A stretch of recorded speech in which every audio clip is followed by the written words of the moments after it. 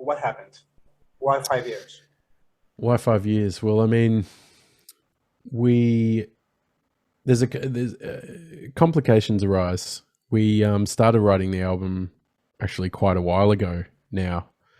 I think it was back in 2018. I think we started, and it might have been before that actually. But anyway, what tends to happen is that a few of us sort of need to compartmentalize what we're doing creatively, and yeah, it's difficult. We've found it really, really difficult to be creative while on tour.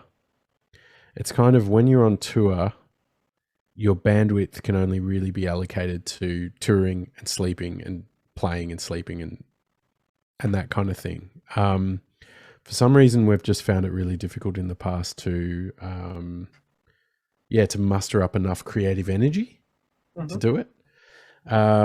So in the midst of planning on writing an album, tours have popped up and or touring commitments, and what that kind of does is, we'll tour for, like, let's say a month at a time or however long it is, and then we get back and it takes a while to recover. But then all of us have jobs Yeah.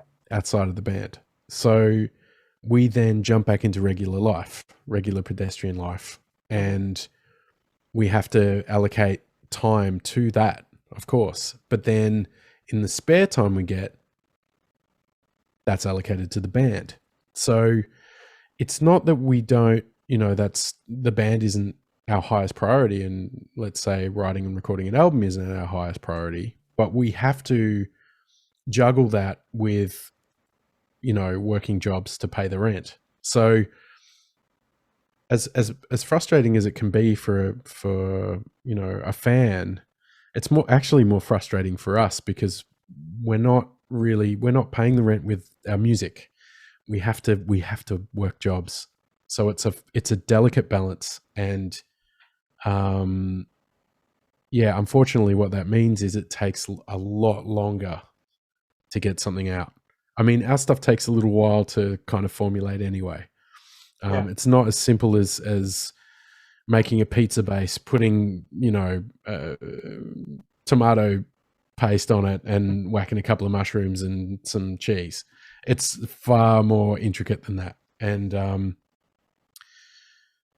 everyone's got opinions as well, so that takes a while, and everyone's, it's kind of it takes a while to pull everything together. We didn't intend for it to take 5 years, Yeah. um, but yeah, it just so happens that we wanted to release it last year during 2020. It was actually going to be March last year, Yeah. and then COVID hit, and then it was like, oh, what do we do? And we just had to kind of reassess what we were doing, and we decided that it would be best to kind of hold off for a little bit, which was fortunate because it allowed us to, do what we did with Tatiana with Over and Hmm. Out. Whereas originally, if the album had to come out in March, we wouldn't have had Tatiana on the track. That's good. So it was kind of a blessing. Also, the fact that we got to film the rest of that Over and Out clip during that time, Right.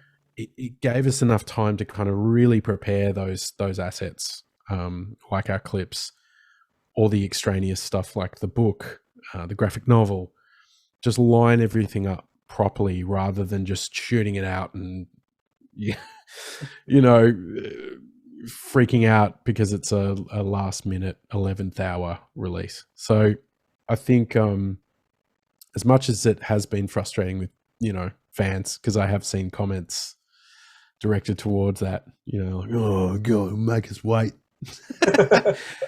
It's not intentional, it's just the way things are, Yeah. and it's, to be really frank about it, it's far more frustrating for us Yeah. Totally. because we want to keep momentum going and we want to keep moving and writing and releasing and touring. But yeah, that's just where we find ourselves. Sure. The other thing that happens a couple of years ago in 2019 was that David McKinnon left the band, your bass player, Yes. right? Yeah. Actually, you were doing European tour, and I think you played down the UK without him. You also Yes. play here in You Spain played in that this whole six date exactly. promo tour without him. Yeah. Exactly, you play here in Spain in the Road to Coast Festival. You also play without him.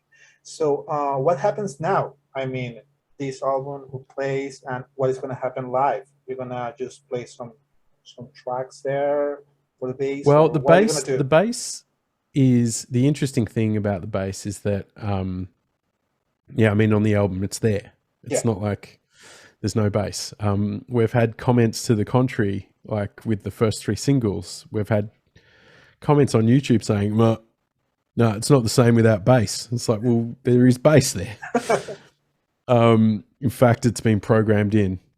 Mhm. And it's pretty much of a muchness. You know, there's as much attention to the bass as there is anything else. It's an important part of our musical makeup. However, like Damon wrote a few parts here and there, but Mhm. since Silent Machine, the majority of those parts were written by the songwriters. So be that Stevic, myself, or Rowan, and Damon would just play.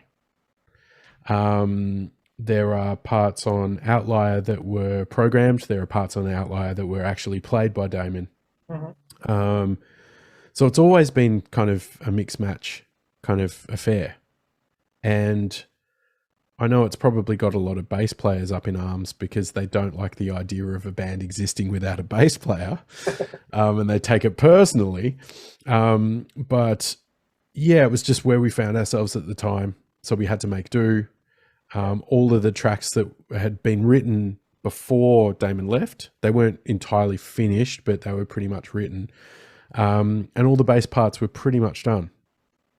And so, yeah, it was just, they were programmed Yeah. essentially for this one, in lieu of not having a live bass player to play them. As for touring is concerned, we've got, we do have someone joining us as a All touring right. bass player, which would be great. So, and he's a mate of the band. So, we'll hopefully, all things considered, hopefully, we have him in the band. But I'm projecting probably way ahead of myself. But we're talking with someone at the moment to make that happen. Because simply having that extra element is always good. Having that extra body on stage is always Yeah. good. Having that extra set of hands to lift gear in and out of venues is always good. So yeah, we're hoping to have a live bass player with us shortly. Right.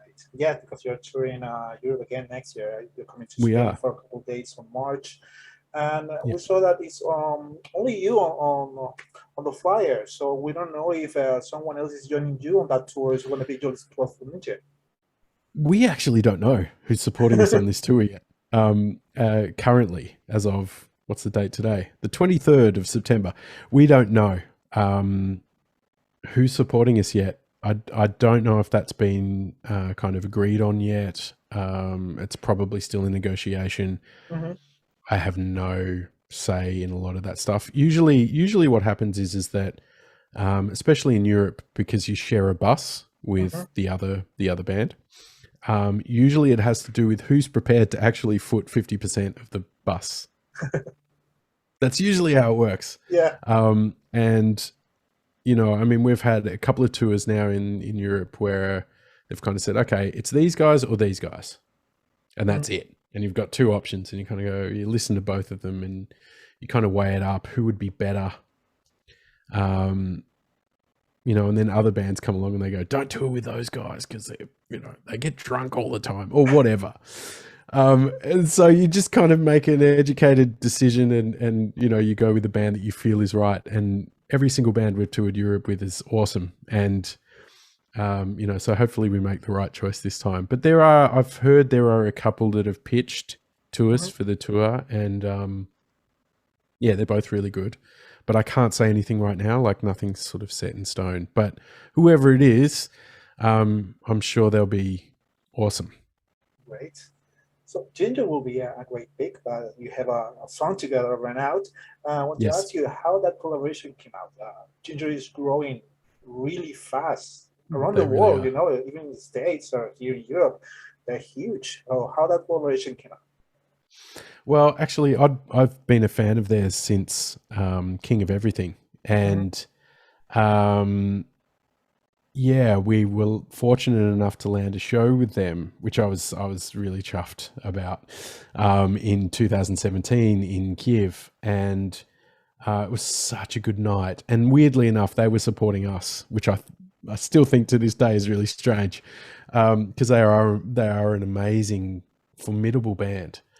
But yeah, I've been a fan of Tati for a while, and interestingly enough, and I have to draw a point to this, a lot of people were a little bit upset with Over and Out because we didn't get her to really growl and Yeah, she's doing do a clean heavy vocals. breakdown with her, you know. Yeah. But the reason why I was into Tati was not necessarily that. I find that amazing that she can do that, but I'm just a big fan of her singing voice. I'm a singer, so I align with that. I see the other as vocalism, and I'm a big fan of that too. But her singing voice spoke to me first and foremost. So I'd always had in the back of my mind it would be really good to get her on something singing. Mhm. I'd love to duet with her and do harmonies and stuff. And her harmonies I find are really interesting. And she's also on And video. exactly. And so anyway, we played this show with them, and it was fantastic, and I got to meet them. And then luckily we had a few days off in Kiev, and Eugene, the bass player, got in touch with me. I think it was a day or a couple of days later, and he said, "Hey, what are you guys doing tonight?" And so I went, "Nothing, just hanging around." He's like, "We're taking you out for burgers and beer, and we've got a couple of other things that we want to do as well." So um, yeah, a few of us just jumped on board. They took us out for beers and burgers, and then they took us to the venue which we played at to see a Russian band by the name of Tequila Jazz, who were really really cool. Mhm. And then they took us out for a traditional Russian sauna, like 20 minutes out of town in the middle of nowhere, and complete with dried fish and beers and vodka, and it was the best night I've ever had on tour. And I was fortunate enough to get some time with Tati as we were driving to the Russian sauna, Mhm. and because I said, oh, "Can I sit with you? Because I really want to talk to you." And she goes, "Oh, of course." And yeah, we had such a good chat, and I realized we were kind of kindred spirits, and I kind of just floated it. I'd love to do something with you sometime. She's like, "Cool, no worries. I'd love that." So it was kind of this mutual thing. And then later on in the night, we were a little bit tipsy, and we were outside this Russian sauna, and she's Let's singing do a something. I song can't remember together. what the song was. Yeah, I can't remember what the song was, but she was singing some song, and I knew it. So we start singing together, and we're laughing, and I just kind of went, "We got to do this thing, okay? It's not a joke. We got to do this thing." So anyway, yeah, I mean, I saw them play in Melbourne. They came to, our country, and they played in our town, and I got to hang out with them, and they got us hideously drunk at that show. We went backstage, and they're just like, "Have some vodka." Whoa. But anyway, we'd sort of talked about it there as well. "Hey, you still interested?" And she said yes. And we'd been talking about maybe getting an extra voice on Over and Out. Yeah. And the song was just sitting there, but it kind of needed this extra element. And the guys had kind of thrown around some names, or management had thrown around some names, and I just knew immediately. And I said, "It's got to be Tati. It has to be." And so anyway, contacted her. She was into it. Fortunately for us, it's the first collaboration she's ever done, because she said no to every other offer she's ever had. So I Right. was really honored by that. And she recorded it remotely. She was in the States at the time. Mhm. And I just arranged her part. I just kind of, did a little mock up for the guys so they could hear what it would sound like. They signed off on it. So I sent it to her and said, "This is kind of the ballpark of what we want." And she did such a good job with it. And it was exactly what I thought it was going to be, and more. She added some extra nuances in there, which were really cool. She's got a little growl in there Yeah. that most people miss. And yeah, I was just honored to have her on a track, to finally get her on a song. So Great. that's how it came about. And as you say, you have fans saying, "No, she's not growing on the song. She has more clean vocals." Yeah, Also, fans saying, "Oh, I can hear the bass. It was better with the bass player." And you had so much success from the beginning with the crowdfunding thing, the war record, millions of views of your videos. Or the videos are amazing. But do you thank you. feel like maybe some of your fans are too picky? That's bother you? That we've got both. So interestingly, we've found that the majority of our fans are very open minded. So they're the type of people that not only listen to metal, they listen to hip hop or funk or jazz or blues, or they listen to a range of things. And I've fortunately enough spoken to a lot of fans who are very broad minded when it comes to music. And interestingly, a lot of those guys are younger than us, much younger than us. And they're a lot more open to music. I think, I grew up in a time where, I got into thrash metal when I was quite young. And if you were part of that scene, if you were part of the thrash gang, you weren't allowed to listen to anything else. It was only thrash. And if you spoke about, oh, I heard a really good Billy Joel song the other day, they'd wail on you and kind of, what are you talking about, Billy Joel? But now it's because of the internet, the advent of the internet, you have access to so much more music than you would. Back then, I used to listen to a lot of radio, and my dad used to send me mixtapes of things, and I used to get mixtapes from friends at school. And so I was fortunately listening to a lot of different music, but there weren't many of me at school. Whereas now it's really common. People listen to a lot of things, and you'll find that the average person has a playlist that's incredibly diverse. Mm-hmm. So we have fans like that, but then we have purists, and they're usually musicians. They're usually like, they're attracted to the band because of the musicianship, Mm-hmm. and because of the technical side of things. And they can actually be quite elitist. That if it Yeah, doesn't if it doesn't give them that technical erection, yeah. you don't get their approval. And we've had, a few of those guys recently with a couple of these tracks, because they're a little bit more, what I would call stable, as far as they don't change it up too much. There's not too many Yeah. styles integrated. For example, "Start the So Fire" is such a yeah, catchy start the song. fire. Yeah, it's such a But it's catchy a little song. bit more. It's a But little bit straight to the point, yeah, and we wanted to do that because we wanted to have a chance at radio. And it's not like, I know a lot of people would hear me say that and go, "Oh, you're a sellout." That doesn't make a sellout. What that means is that if we can manage to get on, especially US radio, it means that maybe we've got a shot at getting on more festivals. yeah. So you need it in order to grow. That's just the nature of all of this. But a lot of those technical elitists heard songs like that and went, "Yeah, kind of. Oh yeah, it's a bit, Yeah, they've yeah. hit a plateau. It's a bit Totally. grey." And I get that. I do get that. But I mean, these guys always want to be challenged, I think, intellectually by music, and Mhm. not all, sort of cerebral music is good music.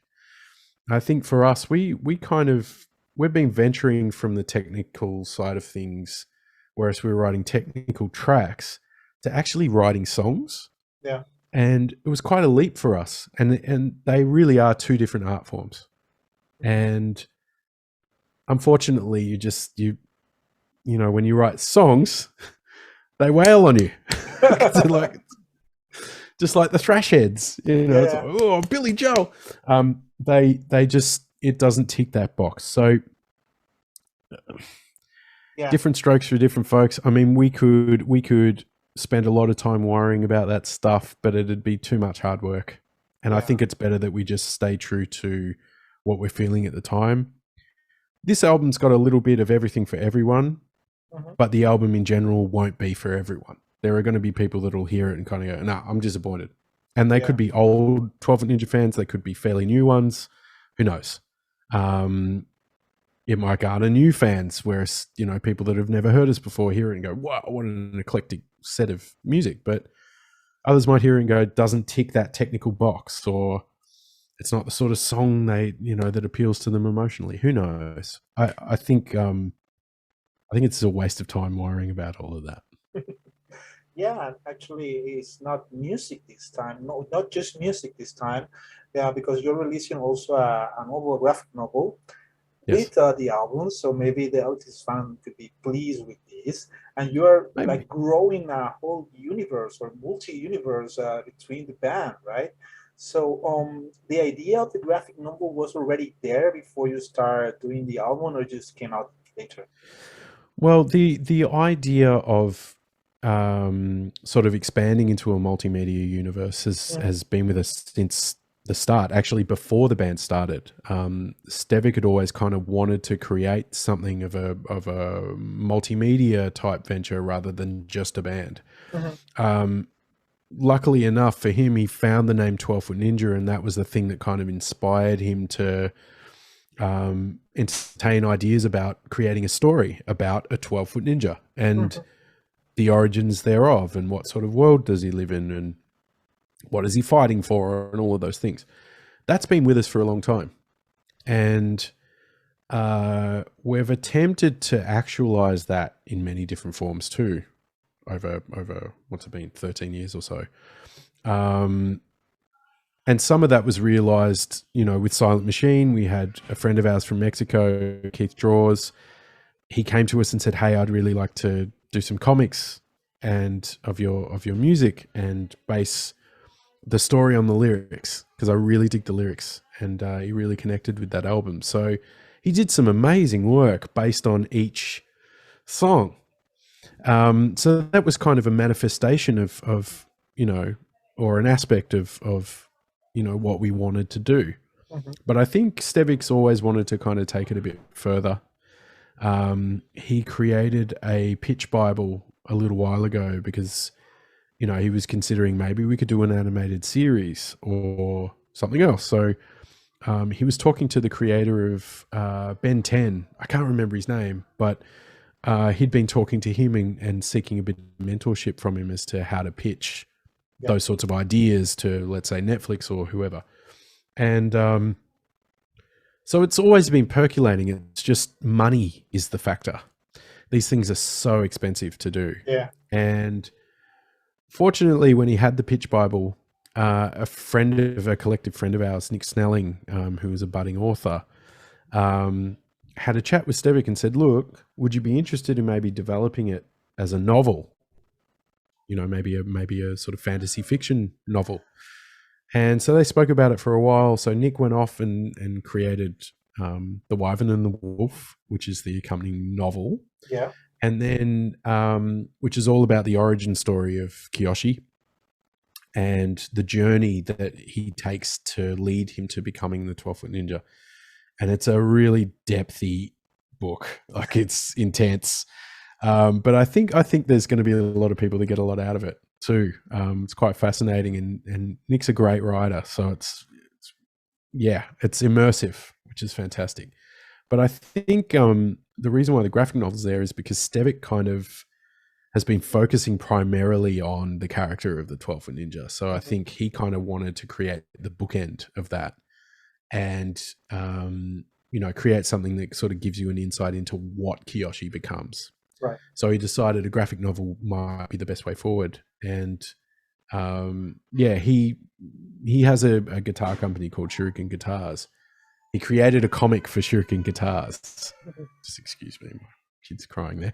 Um, uh, but he created this awesome Shuriken comic, and it's fantastic. It's really, really good. And I think that was kind of that was the point where he realized, actually, I could do a very similar thing and create a graphic novel about the 12-foot ninja. Yeah. So here we are, and it just so happens, I wrote a song called Vengeance, which is on the album. The album, you know, was called Vengeance, Yes, yeah, and he went, the comic, that's it. It all ties together. That's going to be called Vengeance because Kiyoshi's story is about, seeking revenge for the death of his loved ones and his family. And so it all kind of lined up and serendipitously. Um, yeah, So yeah, it's quite interesting. cool. And do you So see this I as think a, fans are going to kick out of it. yeah, for sure. Do you see this as a one-time thing? I mean, it was too much hard work doing the novel, graphic novel, and the album. Or do you see yourselves doing something like this, continuing? Um, it depends. I mean, money is a big factor. Yeah, Money is a really big factor. let's see how it Um, goes. And yeah, I mean, look, it depends on what sticks. mhm, Um, bands come and go. Ideas like comics come and go. Films come and go. Cartoons come and go. It's just kind of what works best, Uh, Steve or Stevic is, fortunately for us, multi-talented, and he's got an incredible imagination and an incredible vision. And I think it's going to be based on whatever works. right, If the band continues and it keeps driving hard and we keep building momentum, then it'll be the band, and we'll try to seek, third parties probably to perhaps actualize more of these ideas and maybe do an animated thing or a game or whatever. Or it could turn around, and if the band doesn't work, then all of that energy is applied to the rest of it. So right, animations, comics. yeah, I don't know. I don't know what the future is. I mean, given where everyone's at on the planet at the moment, I don't think anyone knows what the future holds for sure, anyone or anything. So I think the rule is to just be flexible and see what becomes of things, rather than addressing them before you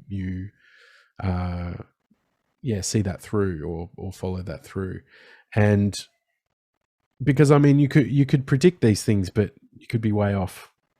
And it's better not to deal with hypotheticals. It's better to be kind of grounded in reality. And I think the best way to do that is just take it one step at a time, one day at a time, one song at a time, one tour date at a time, one commitment at a time, and just see how it plays out, and then make a calculated risk or a calculated decision based on where you find yourself. So yeah, I think that's the future, but I can't predict whether or not this is going to roll into something massive, or I've got no idea. I would love to see a movie made of this stuff, but we're talking a lot of payola for that. So yeah, yeah. who knows? Oh, a movie I will be hope it great grows into because something. a movie will be great. Now we're having so much fun watching the videos you guys create. Um, Yeah. do you have as much fun as it seems? Because there are some absurd parts there. They are For the most amazing, part. and yeah. And I was thinking because maybe doing a video must be the whole day or maybe more days doing the Yeah. video that it's just 4 or 5 minutes. It's as much fun as it seems. It is hard work. I mean, I'm not going to lie about it. It's hard work. And, you've got to keep your energy up, and these shoots are pretty long. I mean, to give an example, that One Hand Killing film clip was a one-day shoot that went for 15 hours. Yeah. And that was a really long day. That was savage. That day wasn't actually as much fun. It kind of was at points. Yeah. But I think everyone was kind of a bit tired, and because it's a playthrough video as well, playthrough videos for some reason are really taxing, especially when you're doing multiple takes of the same thing over and over again. Start the Fire was kind of like that. It felt really, by the end of the day, we were all pretty spent. Whereas Over and Out as a clip was a lot of fun to shoot. And I think the reason for that is because we kind of have fun on set, and it's lighthearted, and there's a lot of humor, and we kind of I think we carry each other with that humor throughout the day, so it doesn't feel like a grind. It doesn't feel like hard work, even though it is. Yeah. Um, and it's always all hands on deck. It's not like we're precious and we've got, you know, a production company that's handling everything and carrying everything and we don't have to worry about a thing. We're hands on. We're carrying cameras Yeah, and yeah, we're, yeah. you know, we're in it. So, you know, we're working hard too. We're part of the crew as much as we are part of the cast. But yeah, I mean, it's enjoyable because those guys, especially Ro, Russ, and Stevic, are just fun to be around. Like, it's always fun. And Yeah. um, I think that's kind of, you know, we just try to make it easier by keeping it light and keeping it humorous. And but yeah, I mean, for the most part, it's fun. The rest of it is rough and tiring and draining, and you know, you consider your life choices and those sorts of things. But the payoff is that you watch it back and you know, you get to see how other people are responding to it, and people getting such a kick out of, especially, you know, over and out. Yeah. It's like, good, it was worth it. The grind was worth it. The Yeah. long shoot was worth it. And yeah, so I think it all kind of, you know, comes full circle Yeah. anyway. Sure. Well, just to finish the interview, I think it was in lockdown last year when you did this thing through Zoom, stuff with you, the Huey Lewis and the new song. Yes.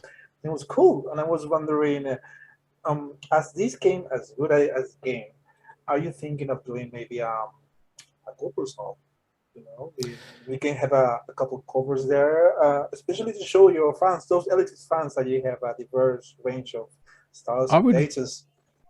I myself would love to do that. I think the hard task for us is because we all listen to a lot of different music, Yeah. and we all come from different musical backgrounds. So I think the thing that's hard for us is to settle on a song. Yeah. Yeah, I mean, Stevic is into Huey Lewis and the News, like really. He listens to them, and which is fantastic. And he came to the band and went, "We got to do this song." And what was awesome was that he'd actually recorded a version of it Mhm. and came to us and said, "Dudes, we can do this. Let's do this." And I took a bit of convincing because I'm like, why do we want to do that song? You know, why don't we do one of their others? And he was just like, nah, Stuck With You is the song. Think about it. You know, we're all in like isolation. We're stuck with our spouses or our partners or our kids or our dogs or whatever. You know, he goes, we could really spin this. And it convinced me enough, and it convinced the rest of the band to do it. And yeah, Rowan and I kind of chatted about it. I said, oh, it'd be cool to make it a little bit dark at times. And Rowan went sick. So Rowan sort of created a bit of darkness for the track as well. Yeah. And it just came together beautifully. But it was hard settling. And I think we're also wary of the fact we don't want to bastardize the original either. Like, we don't want to do it a disservice. We would rather it be a tribute to the artist and the song, rather than butcher it. So it's a delicate thing for us. That's just how we are, I guess. That's just, you know, a lot of people say that to us all the time. Why don't you do a cover of this? Or why don't you do a cover of Mr. Bungle? Why don't you do a cover of, you know, it's always a Mike Patton song, funnily enough. But you know, it's either Faith No More or Mr. Bungle. That usually gets thrown at us quite a bit. But Yeah. With that comes the weight of how good the original is and how good those musicians are, and how much people love those songs already. And you don't want to do those songs a disservice. So I think that's why we've kind of avoided doing covers all this time. Huey Lewis, we knew we could take that and pull it into our paradigm and make it something unique. Whereas doing a Faith No More song, there's already kind of in the wheelhouse, Yeah. and part of the zeitgeist of our fan base. It's a little bit more risky. If I don't do a good enough job not being Mike Patton, I might cop scrutiny. If I don't do a good enough Mike Patton, I'll cop scrutiny. there are reasons for these things. So I don't know. I'm always open to the idea, but I think there's more at stake than I think people think. Yeah, People would assume. yeah, So yeah, who knows? We might do a cover of a Britney Spears song, maybe, yeah, or Steely. I'd love to do like a Steely Dan song yeah, or Doobie Brothers or something. Something from that kind of era would be great. The Eagles, yeah, um, something that isn't anywhere near kind of what we do. yeah, But who knows? Who knows what the future holds? I think yeah, that seems to be the mantra of this entire interview. yeah. And maybe you can include Stay With You on your set list for the next Now, tour. let's convince the band of that, guys. Stuck with you. Right. Well, Nick, thank you so much for your time and for this interview. The album is amazing. We are hoping to see you in March here in Spain. So Indeed. let's meet when you come here. Yeah, looking forward to it, man. It All shall be right. fun. All All right. right. Thank you, Take Nick. care. You too. Cheers. Bye. Bye.